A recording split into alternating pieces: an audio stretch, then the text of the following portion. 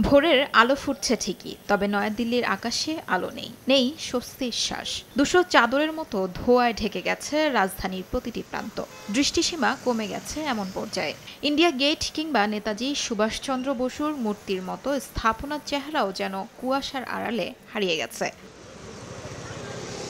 শরীরচর্চা, হাঁটাহাঁটি কিংবা সকালের দৌড় মানুষের অভ্যস্ত রুটিন থেকে পিছিয়ে আসতে পারছে না। কিন্তু বিষাক্ত বাতাস যেন প্রতিটা নিঃশ্বাসেই যন্ত্রণার আঁচড় কাটছে ফুসফুসে।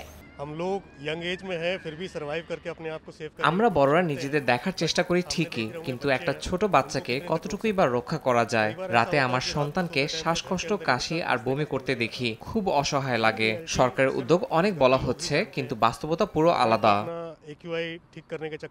দিল্লির দূষণ নিয়ে শুধু রাজধানী নয়, ব্যতিব্যস্ত পুরো উত্তর ভারত। ফসল কাটার পর জ্বালিয়ে দেওয়া হচ্ছে ফসলের অবশিষ্ট অংশ।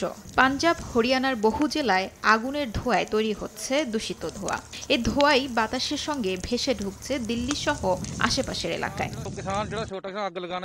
আমাদের মতো ছোট কৃষকদের হাতে বিকল্প নেই। সরকার যদি সাহায্য না করে, বোনাস বা ভর্তুকি না দেয়, তাহলে ফসলের অবশিষ্ট পুরানো ছাড়া উপায় থাকে না।